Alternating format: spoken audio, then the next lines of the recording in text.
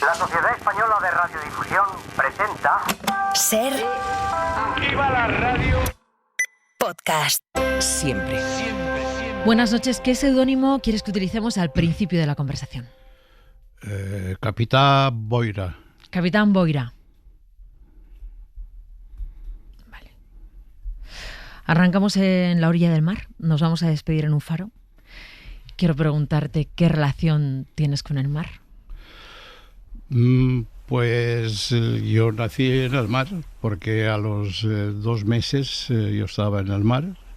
Mis padres habían alquilado una casa de pescadores muy humilde y supongo que a los 3 meses uno es agua y un poco de fructosa. Pero en ese inconsciente, casi cárnico, uno va absorbiendo los destellos del sol sobre la arena, el oído del mar, el ritmo de las olas, el olor a alga y a sal, también en este caso a calafate o a brea de unas barcas de pesca. Bueno, eso y la sensación de que eres todavía agua, una sensación acuática. Y en esa casa de mi familia, que se llamaba Villa Alegría, todavía está, era blanca y azul, muy humilde, de hecho, era un pasillo, habitaciones al lado y detrás un pequeño patio, nada más. Era zen, absolutamente zen. De hecho, cuando el mar se levantaba, que también se levantaba, entraba en la casa, llegaba hasta el patio y cuando al mar le apetecía, porque el mar era el dueño del territorio entonces, ¿no? Salía, se le despedía en la puerta hasta la próxima visita y dejaba la casa perfumada y desinfectada de salitre, ¿no? Bueno, esa es la sensación que yo tengo del mar.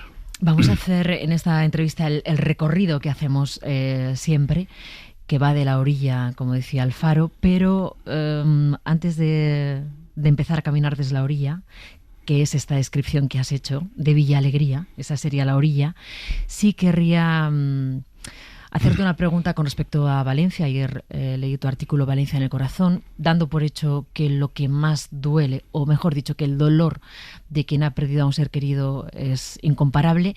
Sí quiero preguntarte qué es lo que más te ha dolido de lo que ha ocurrido en Valencia desde el martes hasta ahora, o sea, la catástrofe de Adana. Bueno, ¿qué es lo que más te duele? Dejando aparte la catástrofe, por supuesto, lo que más me ha dolido es la poca altura que ha habido en los políticos, ¿no? Es decir, se dice que el mar Mediterráneo está caliente, sobre todo al final del verano. Este mismo verano el Mediterráneo estaba a 30 grados. De pronto se desprende una burbuja de las corrientes del polo, baja esa burbuja fría, entra en colisión con esa atmósfera caliente y húmeda del Mediterráneo y se produce la dana o la gota fría. En mis tiempos de niño, la gota fría no llamábamos gota fría ni dana, llamábamos la riada de septiembre, ¿no? Sabíamos que cada septiembre y tal. Lo que a mí más me duele es que en la política española, la confrontación es como un mar caliente, ¿sabes? Es exactamente el mismo fenómeno.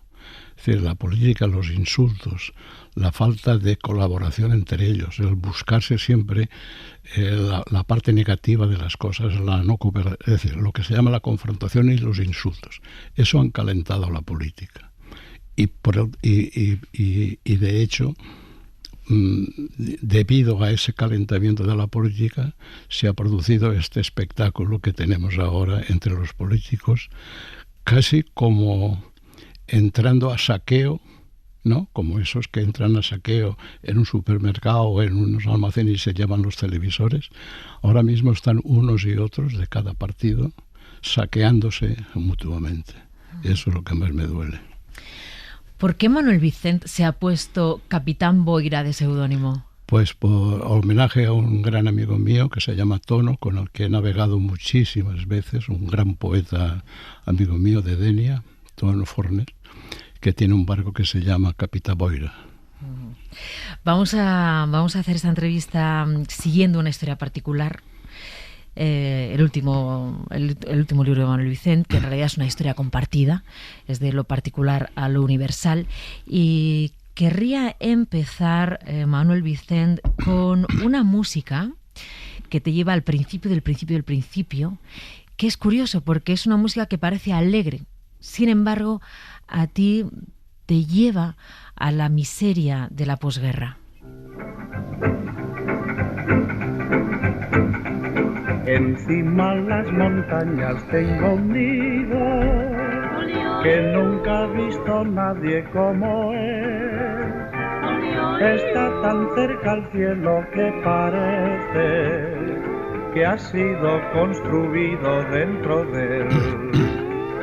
Encima las montañas viviremos el día que tú seas mi mujer. Y así podrás saber cómo es el cielo, viviendo en mi casita de papel. ¡Qué feliz! ¿Dónde se va tu cabeza, Manuel Vicent? Pues 5 años, fin de una feria de enero, frío, espantoso, una brisa muy helada, húmeda, unos papeles de los titiriteros y de los feriantes que se iba por allá, un olor a quisote malo, ¿no? También a un final de almendras garrapiñadas, y yo solo, que me había quedado solo en la feria que estaban ya desmontando, se ve que le daba la lata a un feriante y me dejó subir un poco más solo en un tío vivo. Yo iba encima de un caballo de crines doradas que subía, un caballo blanco de fines tal. Y sí recuerdo que yo estaba solo, pero había un niño, porque esta canción al final una voz femenina hace así como un jeribeque de ali ali o algo así, ¿no? Y recuerdo que el chico este, que sería un adolescente o un poco mayor, dijo, ¡qué puta!, refiriéndose a esa voz. ¿A esa voz femenina? Sí, dice, qué puta. Yo no sabía qué significaba eso, pero sé que no estaba bien, ¿no? Que era una expresión que rompía, digamos, esa atmósfera era una feria que se iba, ¿no? Los dos, y que dulces los besos serán. Pasaremos la noche en la luna, viviendo en mi casita de papel, viviendo en mi casita de papel, de papel, de papel, oli oli, oli oli. ¿Por qué ha sido tan importante la música en tu vida? Bueno, porque yo creo que el sonido, lo que es la música, el sonido es el de los 5 sentidos corporales, el que hace más paisaje, un paisaje sonoro, el que va más directamente al fondo del cerebro, es decir, nuestro cerebro se alimenta de 5 vías sensoriales, ¿no? Los 5 sentidos corporales. Sí. El que más profundamente llega es el oído, el sentido. De hecho, el feto lo que oye es el dum-dum del corazón de la madre. Ese dum-dum que es misteriosamente son los compases que marcan el blues.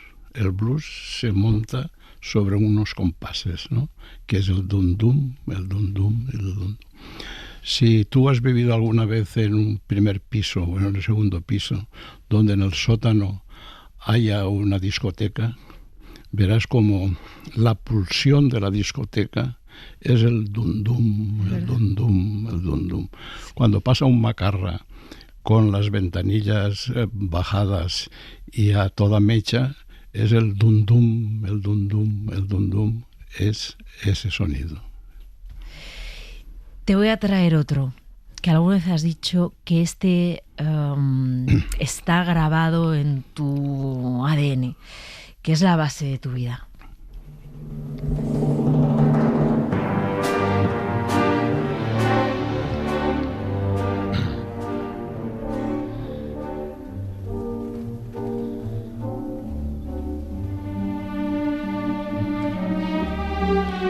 Me estás atacando al corazón, ¿eh?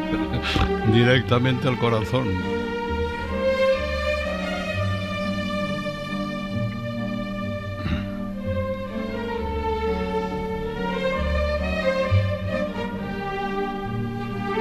Porque esta la tocaba tu padre a violín. Mi padre La era leyenda del un beso. topo nacional. Estaba escondido en su propia casa, en un altillo arriba. Y yo pues yo iba a gatas. Los militares republicanos se habían quedado con las habitaciones de abajo para oficinas, ¿no? Pero cerraban a las 7 de la tarde y quedaba, pues mi madre andaba por allí, para arriba y para abajo. Y yo, esto probablemente me acuerdo de haberlo asumido como contado. No lo tengo asumido como una sensación, ¿no? Pero por lo visto mi padre tocaba el violín y lo único que sabía era el intermedio tal. Y yo recuerdo que por la escalera, ¿no?, bajaba esa melodía y yo, por lo visto, según me decía mi madre, yo iba a gatas mirando y subiendo hacia esa melodía, a ese violín. Iba yo subiendo a gatas por la escalera, como escalando, ¿no? Sí, sí.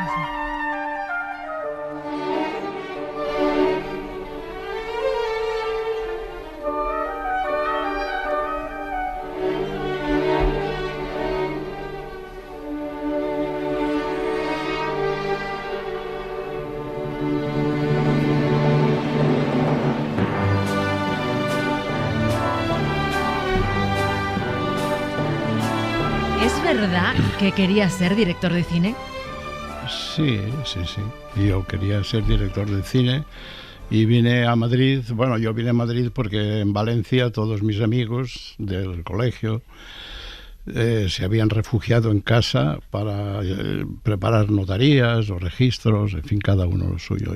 Eso no estaba en mi idea. Mi idea era, pues sí, más que director de cine, es lo que más me atraía, ¿no? De hecho, cuando vine a Madrid fui a la escuela que estaba en la calle Montesquinza, en un palacete allí, a la de cinematografía, y entre que yo era muy tímido y eso me parecía desmesurado, ¿no? Y que el que me recibió no me trató bien, ¿no? Y yo tengo una capacidad de indiferencia casi hospitalaria. Es decir, a mí yo no tengo dignidad, a mí me pueden ofender y en la esquina siguiente yo me he olvidado, ¿no? Me pueden hacer daño y tengo una capacidad de recuperación moral muy fuerte, ¿no? Y entonces, pues, al ver que me trataba mal, pues pensé que aquello no era para mí. Y entonces yo ya había escrito parte de una novela. Y entonces, bueno, ahí había una bifurcación en mi vida. Y como enseguida gané un premio literario que tenía entonces mucha difusión para hacer un poco de la competencia Planeta, que era ya el Nadal, pues bueno, pues ya me seguí ese camino y ya está, hasta ahora. Es verdad, bueno, claro, lo he leído en el libro, todo lo que te pregunto lo he leído, así que es verdad, pero que hay una banda sonora, la de Candilejas, ¿qué es la que a ti te hace ser escritor? ¿Cuál es esa relación? Yo por la tarde me pongo música, ¿no? Sí.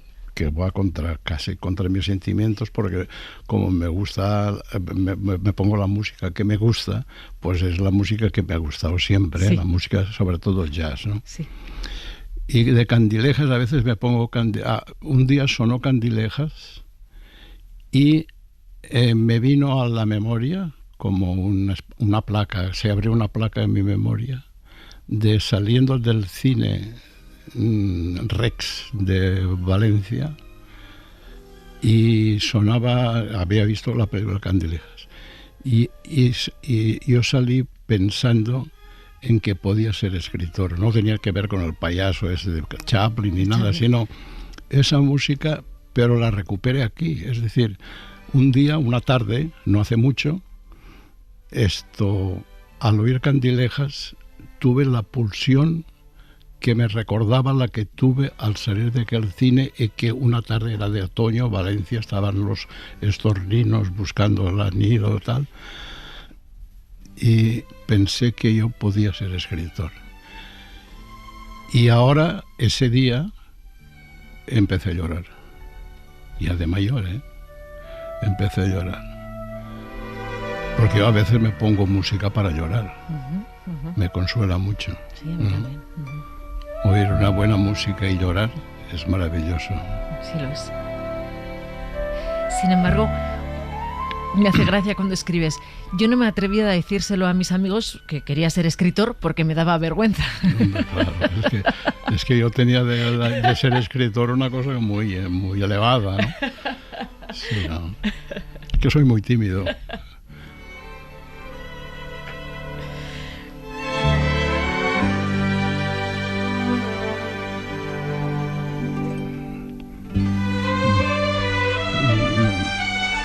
Me acuerdo de aquella tarde con esta música,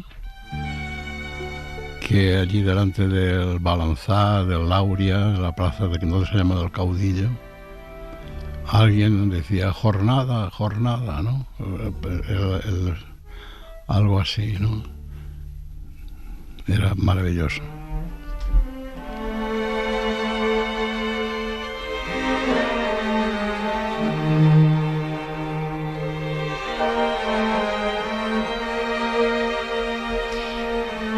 Manuel Vicent, yo decía al principio que una historia particular era en realidad una historia compartida, una historia, no diré universal, porque tiene que ver con un contexto de un país que es este.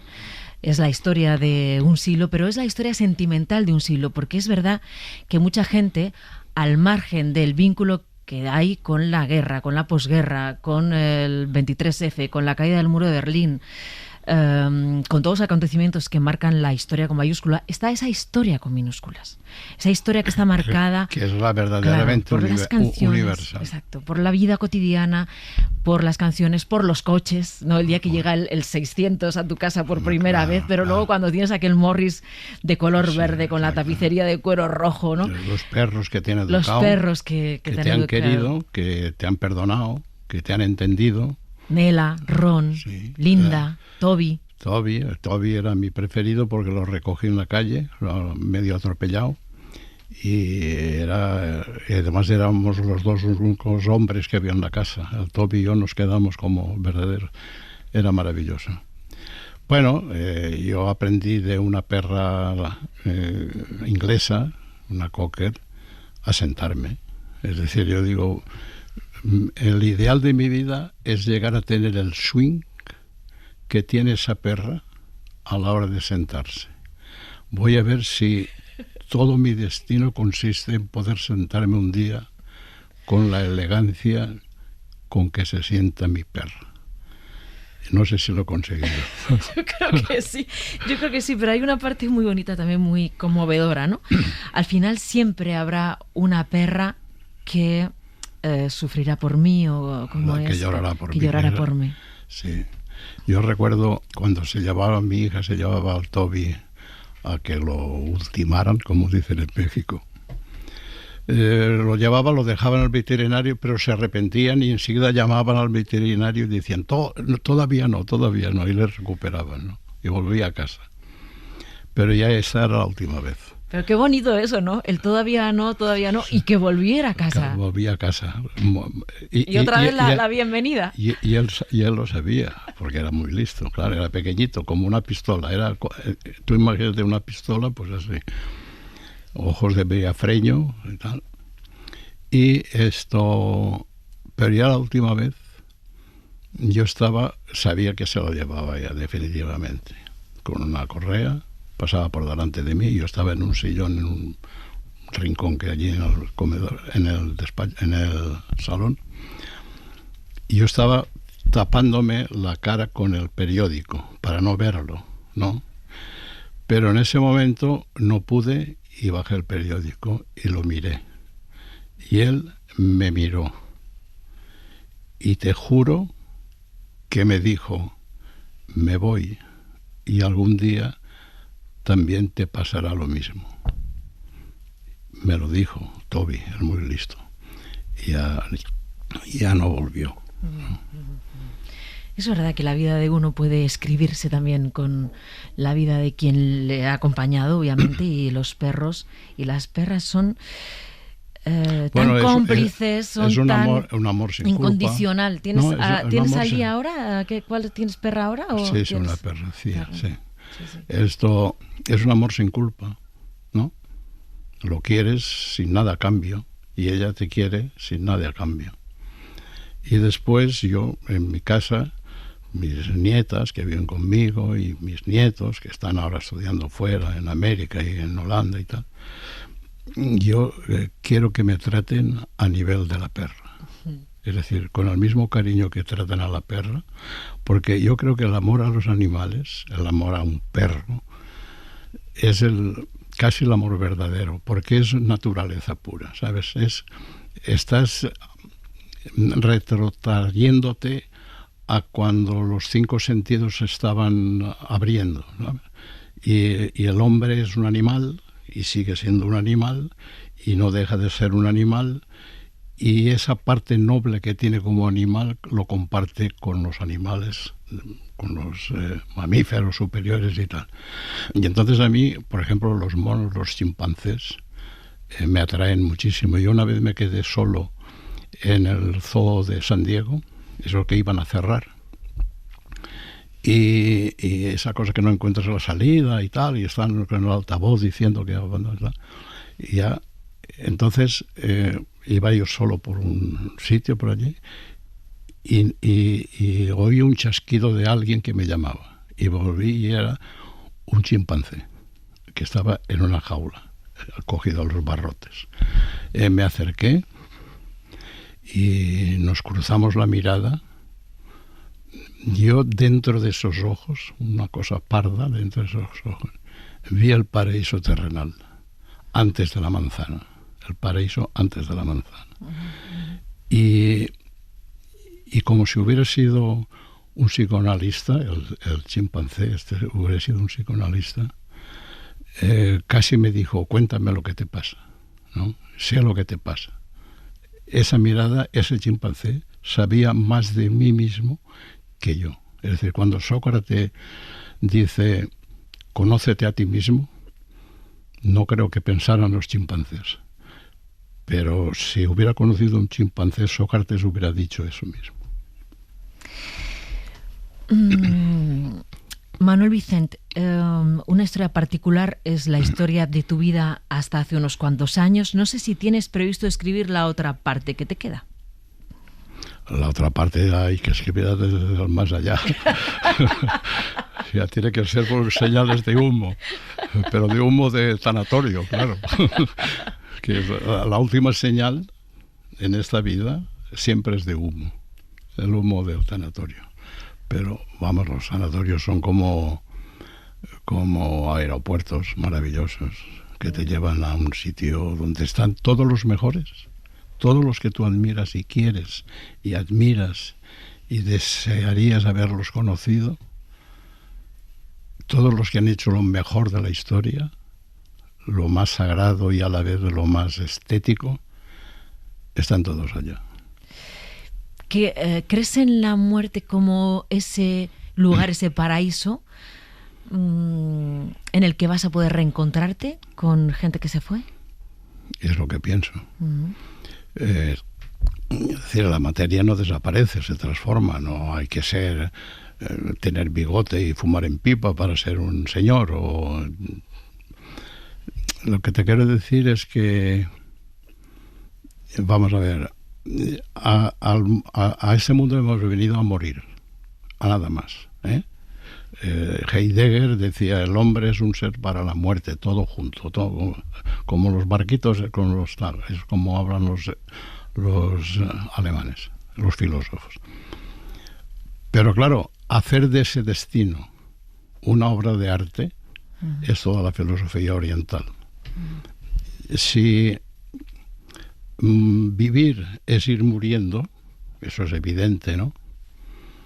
Todo lo que haces contra la vida, todo lo que haces contra la muerte, lo haces contra la vida. Entonces, la muerte nos enseña a vivir, nos enseña a aprovechar los minutos, el tiempo, nos enseña a ver la naturaleza de las cosas, a la importancia que tienen o no tienen, ¿no? Verás que todo el mundo que pasa por una grave enfermedad, ¿no?, siempre dice lo mismo, después de un cáncer, que ha superado un cáncer, dice, me ayuda a vivir de otra forma, es decir, a dar sentido a la muerte, que es dar sentido a la vida, ¿comprende?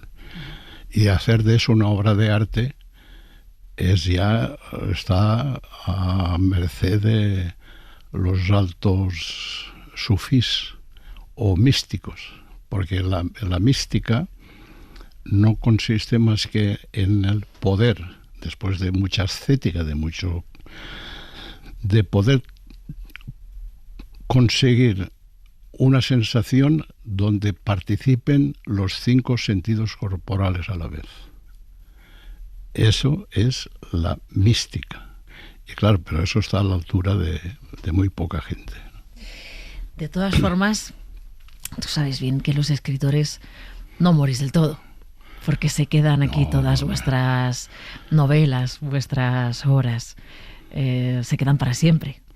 Bueno, no, como decía Borges, el malvado, dice, todos caminamos hacia el anonimato, solo que los mediocres llegan un poco antes. El anonimato, es decir, ahora mismo de todo el siglo XIX, ¿qué salvarías? O de todo el siglo XX, ¿qué salvarías? Lo que mejor envejece son las fotografías. Las imágenes es lo que mejor envejece. Cada vez una foto mala cada vez es mejor. Es mejor. Solamente para decir, mira qué zapatos llevaban o qué sombrero llevaban, sí. ¿No? Bueno, vamos a un faro. Te voy a pedir que me digas con quién te gustaría estar y qué música estaría sonando. Pues estaría sonando Lemetec, de Mustaki, ¿no? Uh-huh. Y estar. Sí, ¿con quién te gustaría estar? ¿De quién te gustaría estar acompañado? Con amigos. Yo puedo estar en cualquier parte, pero claro, en el camino de la muerte, en el camino de Coronte o de Caronte, en ese camino no hay faros. Es el único trayecto marino o marinero donde no hay un solo faro. Bueno, pues yo donde tuviera amigos podría vivir en cualquier parte del mundo, porque a mí la verdadera geografía es la de la amistad. Y entonces esta canción, por ejemplo, me recuerda la primera vez que fui navegando a Ibiza, me recuerda navegaciones con mi hijo, con mis amigos, viaje a las islas, maravilloso. Manuel Vicent, muchas gracias por todo y por esta conversación también. Muchas gracias a ti, Mara. Sans jamais assouvir sa faim, avec ma gueule de métèque, de juif errant, de pâtre grec, de voleur et de vagabond. Para no perderte ningún episodio, síguenos en la aplicación o la web de la SER, Podium Podcast o tu plataforma de audio favorita.